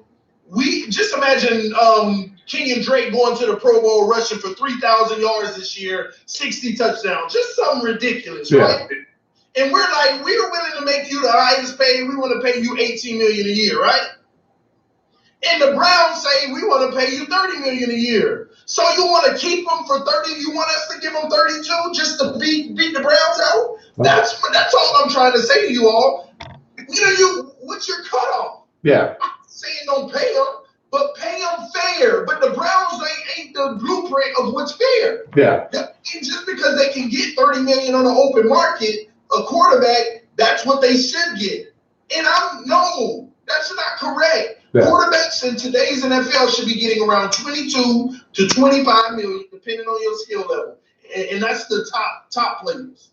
But in the middle of the road, average players should still be around 17, 18, and those bottom feeder players should be around the 14s and 15s. But what the league is asking for them is only high because you got 5 stupid teams overpaying. So you think that's the norm now? Pay the guy. And then you wonder why these teams suck right after they pay them. And that's what the Dolphins used to do. The Dolphins would overpay players because they knew coming to this team there wasn't a chance of Super Bowls or rings or playoffs. So I'll go to Miami. I'm not going to pay taxes, and I will take a bunch of money from them. And they're not doing that anymore. And that's one of the things I talked about this offseason that's incredibly refreshing. We're not doing an Ndamukong Suh or Mike Wallace contract anymore. We are paying people. Yeah. Ndamukong's contract right now. Do you know that he's like $19 million versus our cap this year? That's why he took $10 million to go to the Bucs. 2 freaking years removed, and we still paying $19 million this year for him. Yeah. That's why he took like no money to go to Tampa Bay because he's still getting paid. It don't matter. And it's like the head coach of the Packers. I think he's still getting paid by the Packers. It's irrelevant, but I just thought about it and I thought I'd bring it up. But yeah, totally. So with this being the whole camp theme and all that stuff, you said you're going to camp. You're going to go to a few of them, or how many camp? Well, I'm going to the Bucks and Dolphins joint camp. I'll be out there streaming live as long as my phone and my iPad stay alive. I'll use one. If it dies, I'm going to log into the other one. I'll be live giving play-by-play coverage at the Dolphins dual practices. Oh, nice. So that'll be pretty cool. Because I'm up in this area. I'm not that far from Tampa, Oh, so you're more like a North Florida area. Central Florida. Oh, okay. Cool. Yeah, because I'm literally 15, 20 minutes away from Jet Stadium. So that's why I'm definitely going to those 2 games. I wish I was in Miami to do that. Live stream that stuff. I can't wait. But yeah, so we talked about the quarterbacks, we talked about the wide receivers. Those are two things that I'm going to be touching base upon. What is like, just from the way this team is working and just the way this team is gelling together and what you've seen from OTAs and minicamp, what is your, as of right now, before pads go on and they start training camp, what is your assessment of the team? Like, how are you feeling about the team right now? Man, we're going up, man. Our stock is rising big time, Doug. I mean, I'm seeing a lot of great things. Forget the plays on the field and OTAs, just the organization as a whole. I'm loving how they're building the team. I see what they're doing in and out on every facet of the game. And I'm telling you, we're going to have a bright future. We're going to shock people this year. We're going to lose some tough games, but we're also going to win some games that people aren't going to expect us to win. Because we look to focus on the turnover margin being better, the penalties being better. Those things alone elevate your team just that much. I'm telling you, Doug, this is going to be an exciting year, and I think that we're going to shock people, and I really do. I really, really do. Yeah, I agree 100%. I've said it in a previous video that I'm just like, it's different. It just feels different. It like, not even like player personnel wise, because people ask me like, what am I looking forward to with this season, and what am I looking forward to watching? Like people say like, okay, say we do lose, 4 games, we win 4 games this year. Why should they watch it? And for me personally, like, all right, say we lose 4 games this year. I'm very excited and very interested to see what Flores is going to bring to this team. I want to see what his defense is. I want to see what the type of scheme, because people who played the Madden 20 beta said that in that game he's running a 3-4-4-4 defense. He's running this hybrid stuff, and I want to see what Chad O'Shea's going to bring. I want to see what like Fitzpatrick, and I just want to see this team play. So regardless if we win like 4 games, 5, right now on paper, I predicted 6 wins because I haven't seen them do anything in pads. I haven't seen them do anything physical, so I don't know. And the fact that they don't really have a pass rush kind of makes me nervous. But in all honesty, I can see this team making the playoffs. Like you said, 10 wins, Doug.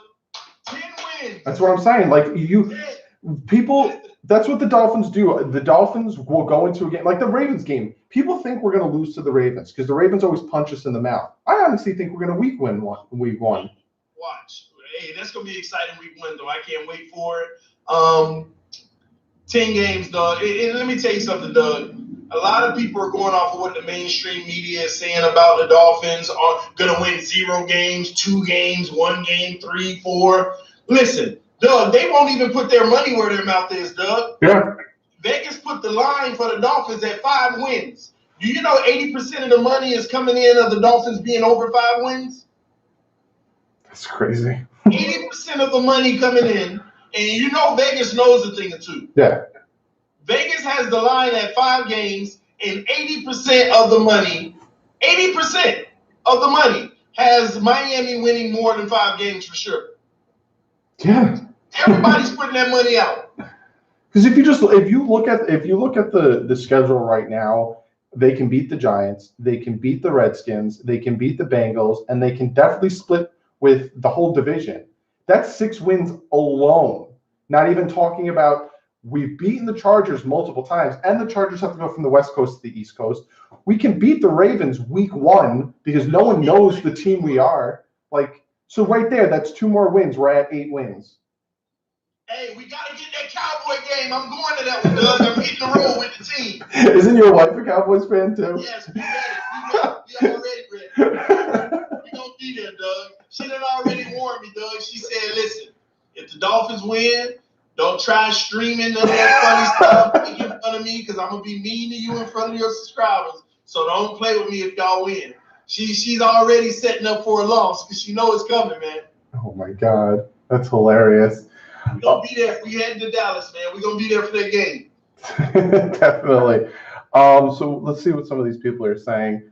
A lot of folks going based on the roster. My dad's a Cowboys fan. Red says, I need to see TD on NFL Madden franchise mode.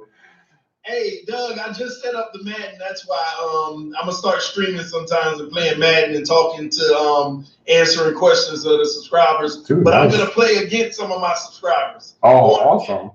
So I'm gonna play them live. Now I'm not good at Madden, Doug.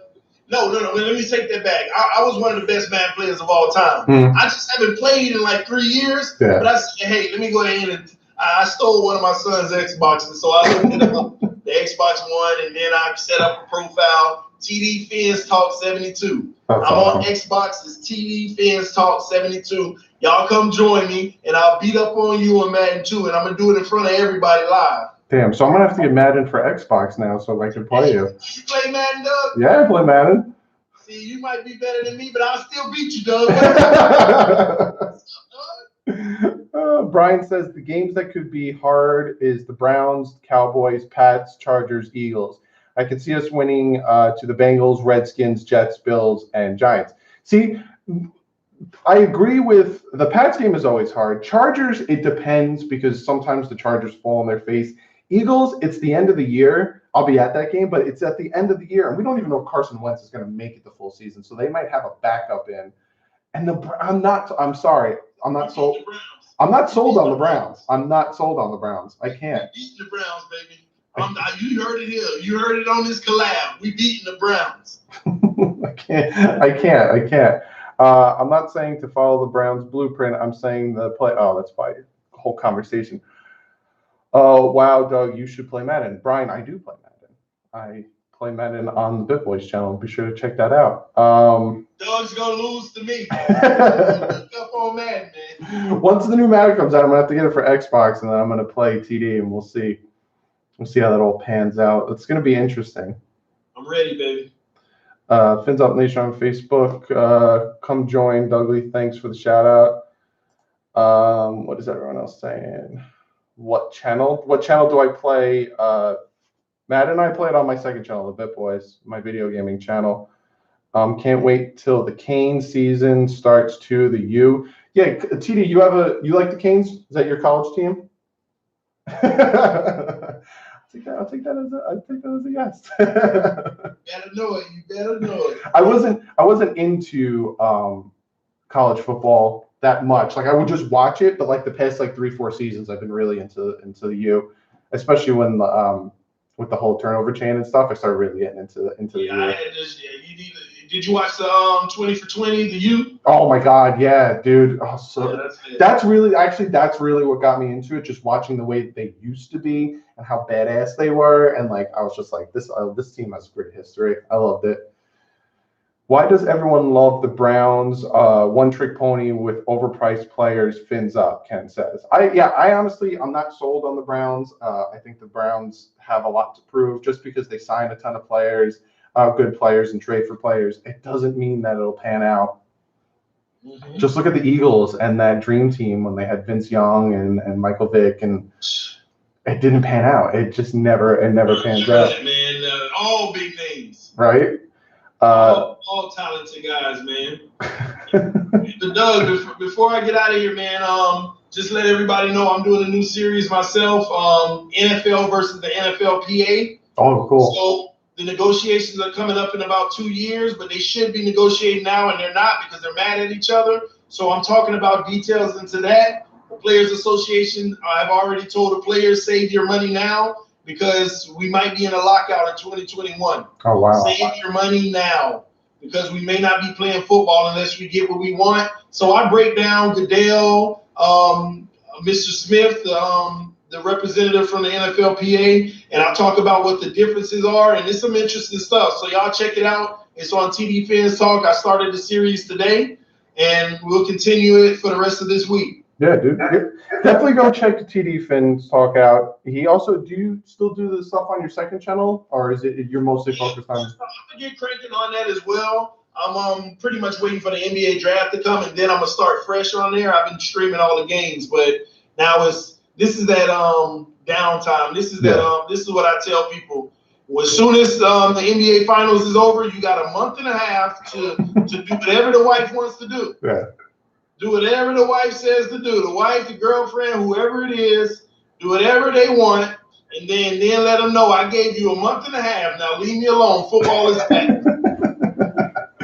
But definitely, so be sure to go check out TD. Subscribe to his channel if you're not. Be sure to go follow him on Twitter at TDPhinsTalk. I'm going to put it below this live stream afterwards, so you guys have all his stuff to check him out. Help him hit 100 followers on Twitter. He's not that far away. He was 10 when we started this. It might have went up. But be sure to check him out.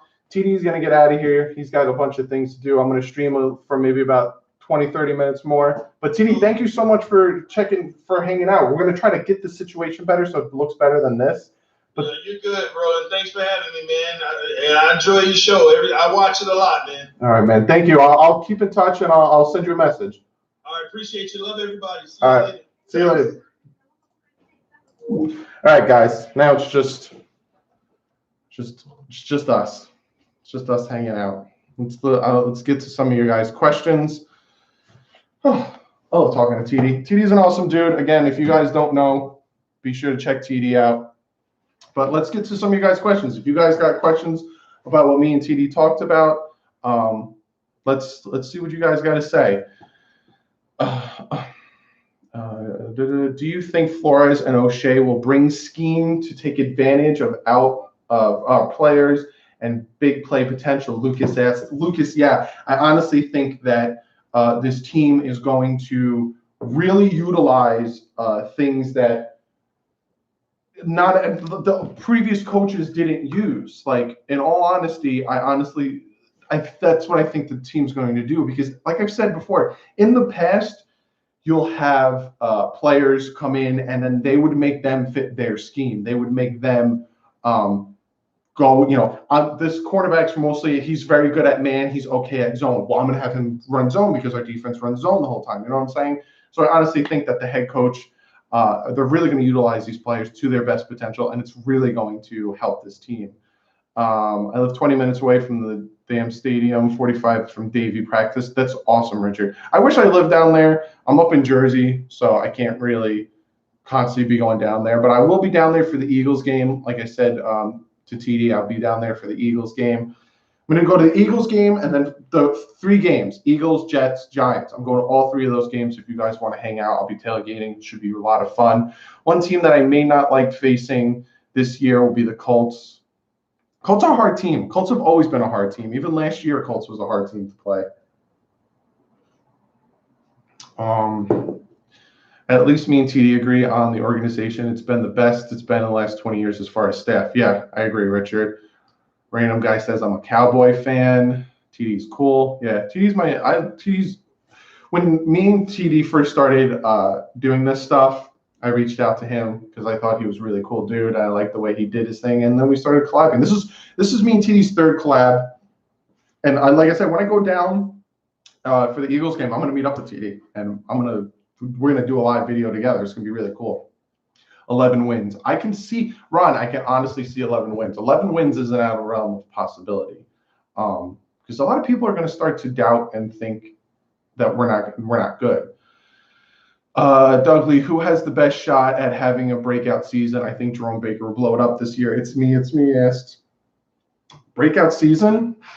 Don't be surprised if Gesicki has a breakout season. Don't be surprised with having Fitzpatrick and even possibly Josh Rosen that Gesicki will have a breakout season. He put 15 pounds on, so he's getting ready for that physicality part of football that made me worry. But I'm going to do a video on the tight ends, so that will be coming out soon. What about the fact that we have so many draft picks coming up next year? That's pretty sweet. That's where we're going to start building the depth, and that's where we're going to start building this team up. Right. Super pumped about that. Whether Rosen or Fitz starts, it's not only depend off of what's best for the team. Remember, Flores wants to keep his job, and it won't look good for him if he starts Rosen, sucks, and we win 3 games. Of course.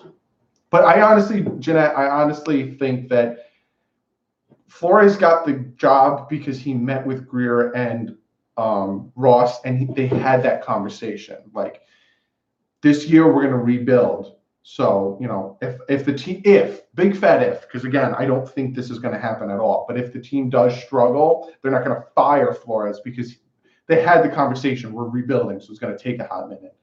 I'm a Knicks fan and can't wait for this Thursday's draft. I haven't watched basketball in years, so I'm not even into that. Dougie, you think Flores and do Do you think Flores and new Dolphins are? You got to reword that. Oh, there we go. Do you think Flores and new Dolphins can win with the new idea? Yeah, I honestly think that I think Flores throwing the different formations and different schemes at people really. No one knows what the Dolphins are going to be. So that first 4 games that people think we're going to lose them against the Ravens, the Patriots, the Cowboys, and the Chargers, they don't know what they're getting into with the Dolphins because no one knows what the Dolphins are going to do. So it's gonna be fun. It's gonna be really fun. Dougie, which game are you going to in Miami? I'm going to the Eagles game. Who is the random guy? I don't know. The random guy is a Cowboys fan. I don't know. Oh, that guy who said I'm a Cowboys fan. I'll be in New York for the Giants game. Well, I will be there too, tailgating. I'm trying to get. So I'll show you what I'm trying to do. So on the NFL shop, right, you can customize your jerseys. And there's a jersey I want to get. I'm going to show you what I'm going to do. It's going to be badass. But this is how you're going to be able to know it's me when I go to games and you can say hi to me and all that stuff because I'm going to be wearing this specific jersey.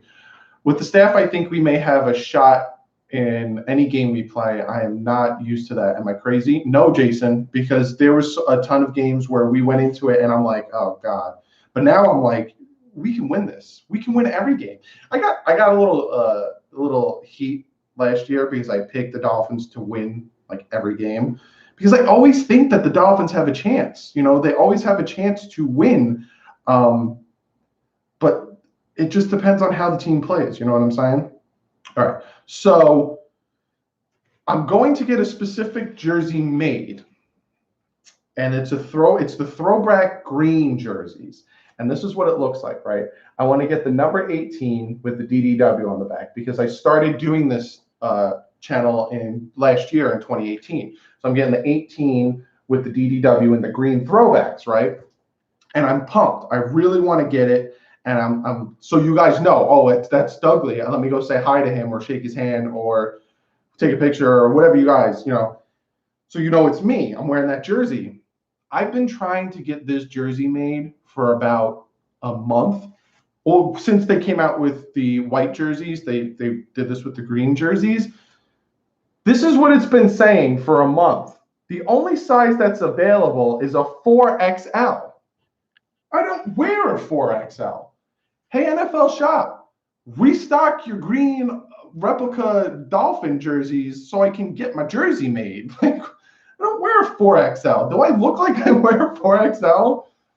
But yeah, I just wanted to let you guys know that when I'm at the game, I'm going to be wearing that jersey with the 18 and the DDW on the back, so you know it's me. So don't be shy to come over and shake my hand and say, hey, what's up? I'm totally down to meet you guys. You guys are awesome.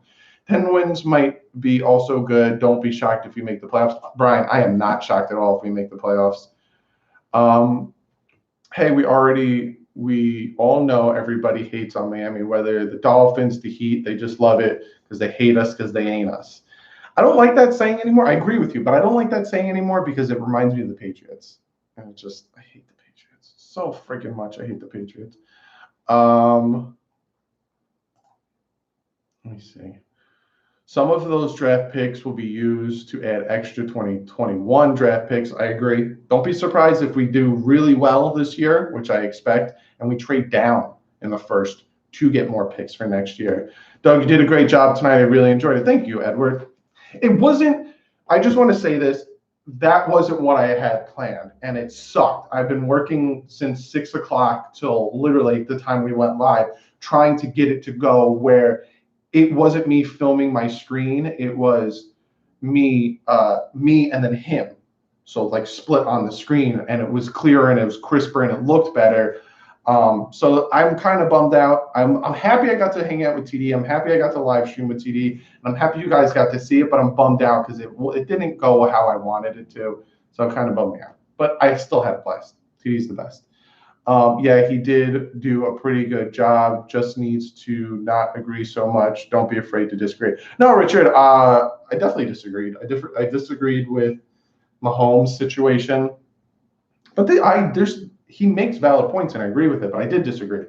I think that the Chiefs' defense cost them the game. I think Mahomes is better, and I don't think it has to do with the offensive line. The whole Drake situation we disagree on, but I see where he's coming from. That's the difference. I wasn't necessarily agreeing with him the whole time. I was seeing where he was coming from. That's when you have a conversation with somebody, if you can see where they're coming from, it can be a more civil and understanding conversation. You can still disagree, but if you could just see where the person, okay, I see where you're coming from. I don't agree with it, but I can see where you're coming from.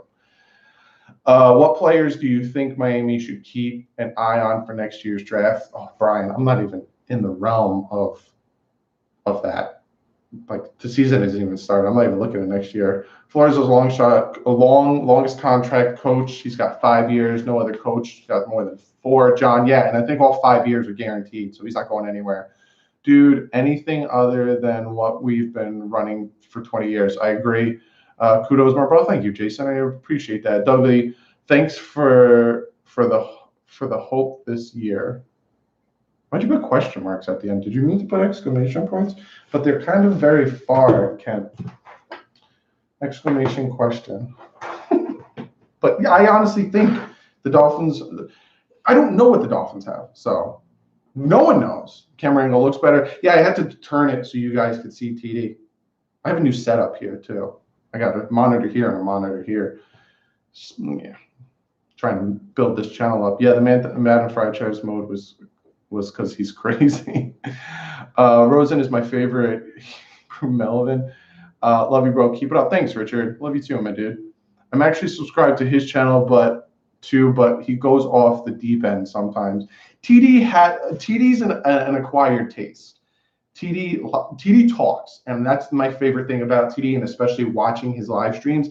The dude talks. He has something to say. He's going to talk to you about it, and he's going to make sure that you understand where he's coming from.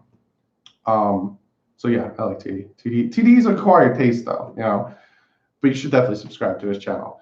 You should do a vlog when you go to the games. Oh, I definitely am, Red. I definitely am. I really hope I can go to the games this year. It's my Christmas list every year.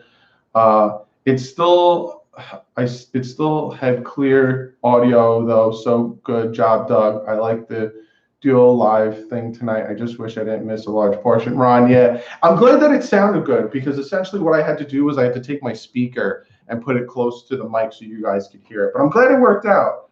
We made it tonight, y'all. Roadrunner, I'm so sorry, dude. You're a champ for staying up so late. Good night, my dude. I played semi-pro 7 years, 38 and counting. What are you talking about? I'm actually, hold on. I'm actually, oh no, that's something different. No time for that. Both offense and defense have great potential this year. I think Fitz adds more potential to the team. I agree. It's funny how people said the Dolphins would be so bad, and now people are saying they could make the playoffs. The media last year also said the Dolphins were going to win many games, and now all of a sudden that started happening. So yeah, Doug, I question Fins until they show me the difference again. 100%. Can always, again, my mentality is I prefer to be surprised than let down. Go into the season with a clean slate. Don't compare this team to last year, and don't compare this team to anything last year. So, Ken, keep that mindset. Yeah, I like DouglieDoWrong and TD. Like both of you guys are great. Thank you, Paul. I really appreciate you live video between you and TD. Thank you, Lorenzo. It was hard, but I'm glad I got to do something like that. Do you think people hate us because of the 72 Dolphins perfect season? I don't think, do people hate us, Edward? Like, do people actually hate us? Are you going to any games besides the Eagles game? I'm going to the Eagles, Jets, and Giants. I'm going to all 3 of those games back to back. Don't forget, he's not here anymore. TD is gone. I'm going to be live streaming for like another 10 minutes, and then I'm going to get off too. I'm looking forward to the season as you. Yeah, definitely. This is good mentality, Doug. Well, thank you. I do a lot of studying on football, and you guys do too. So that's why I commonly listen to both you guys. We all get some stuff in common. Oh yeah, thanks, Paul. We're all fans. Yeah, of course. I do get what TD was saying about payroll. We can't pay every single player, and some dudes will want max deals, and we'll have to watch those guys go somewhere else and replace them. Ron, yeah, So that's the one thing that me and TD talked about was, sorry, I'm sweating in here because I have to close my door, was the contracts. And yeah, I agree. It's a you have to balance it, and it's hard. But yeah, I agree. But that's going to be it for tonight, guys. It's almost 9:30, and I haven't even eaten yet, so I'm going to go eat and then put this video up and stuff. But thank you guys for hanging out. I hope it didn't pan out the way I wanted it to when it came to, like, I'm a little bummed out that it looked like the way I did, where I'm like so close to the camera and then he's there. I didn't want it to look that way, but I'm glad that it worked out in the way that you guys got to hear him and we got to hang out and it was fun. If you guys missed it, go back, watch the whole thing with me and TD talking about a bunch of things, Dolphin things, Patriot things, playoff things, a ton of things. I got a video coming out Wednesday. Wednesday's video is camp battles wide receivers. I'm going to go more into depth on the wide receiver camp battles. We have a ton of wide receivers that are going to be on the team camp battling at the camp. But other than that, I'll see you guys Wednesday. But like usual, thank you guys so much for hanging out, especially this late. I appreciate it. But like usual, stay classy. Fins up.